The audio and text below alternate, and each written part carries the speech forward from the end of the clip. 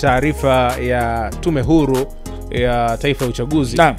Katibu mkuu wa Chama cha Ukombozi wa Umma Chauma, Mohamed Masoud Rashid ameishukuru Tume Huru ya Taifa ya Uchaguzi INEC kwa kuvishirikisha ipasavyo vyama vya siasa kutoa maoni kabla kuandaa kanuni za maadili yatakayotumika kwenye uchaguzi mkuu wa mwaka huu 2025.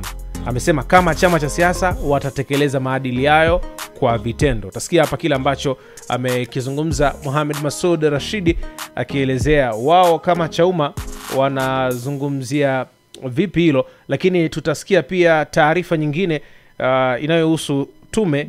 Taarifa hiyo ni kutoka chama cha NLD.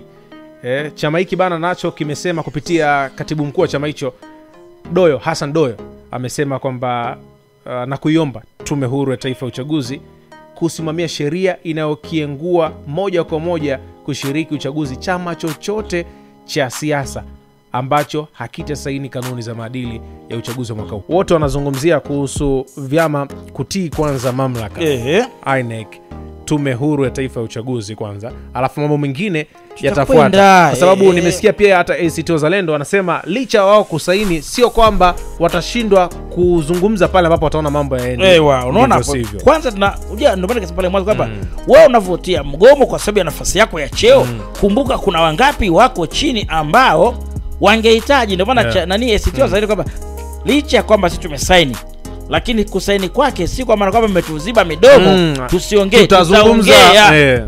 Unaona bana? Sasa ndugu yangu wewe umeamua kabisa kufunga gate ukachomelea, weka na magogo nje.